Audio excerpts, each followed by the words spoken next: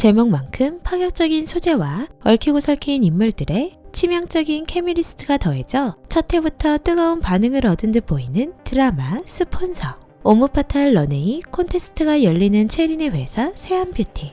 심사위원이자 후원자인 체린과 참가자 현승훈.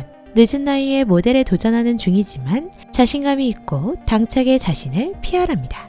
그런 그에게 일관된 냉정한 태도를 보인 체린. 하지만 승우는 본선에 올라가게 됩니다. 그리고 진아와 행복했던 과거를 떠올리는 선우.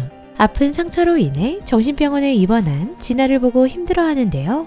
자신이 지켜주지 못해서라고 생각하는 걸까요? 아니면 자신이 해줄 수 있는 게 없어서인 걸까요? 그리고 선우는 또 다른 상처인 아버지의 삶을 파국으로 몰아넣은 박 회장을 증오하고 있습니다. 그런 그에게 런웨이 옴무파탈에 섭외 전화가 걸려오게 되는데요. 전화 하나로 또다시 복잡한 관계에 얽히게 된 선우.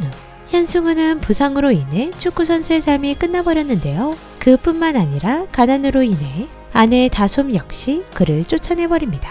벼랑 끝에 몰린 현승훈에게 다가온 황금 동화줄 한채림.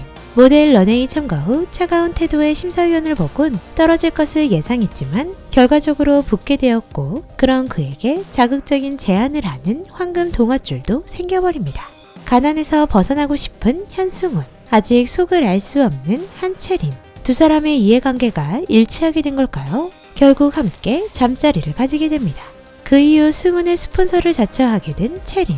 속사정은 모른 채 승훈을 무시하는 승훈의 아내 다솜. 모델을 하겠다는 승훈이 가소로울 뿐인데요. 하지만 그런 승훈에게 거대한 재력을 가진 채린이 있다는 걸 알게 된다면 아무 말도 못하겠죠. 한채린은 본격적으로 승훈을 밀어주기 시작하지만 그의 역량을 두고 사진작가 선우와 마찰이 시작됩니다.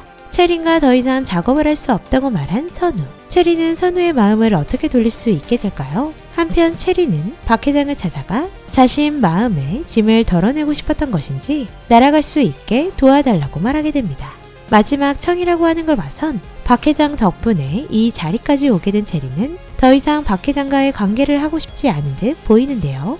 승훈을 마음에 두기 시작한 채린의 도발로 보이네요.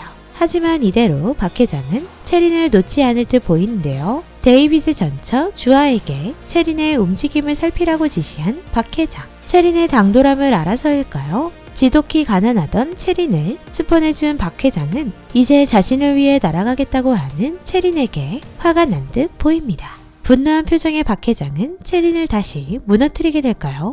그런 채린을 보며 선우는 자신의 연인 진아를 떠올리게 되는데요. 증오 관계에선 선우와 채린은 어느새 승훈을 두고 서로에게 마음이 가게 되고, 선우는 채린이 박 회장으로부터 어려움을 겪는 것을 알게 된다면 도와줄 것 같습니다. 드라마 스폰서를 보다 보니 모든 관계의 중심에는 박 회장이 있는 듯 보이는데요. 기업 사냥꾼이라는 별명과 걸맞게 선우의 아버지를 단박에 무너뜨렸고 기업을 좌지우지하며 채린을 CEO까지 만들었죠.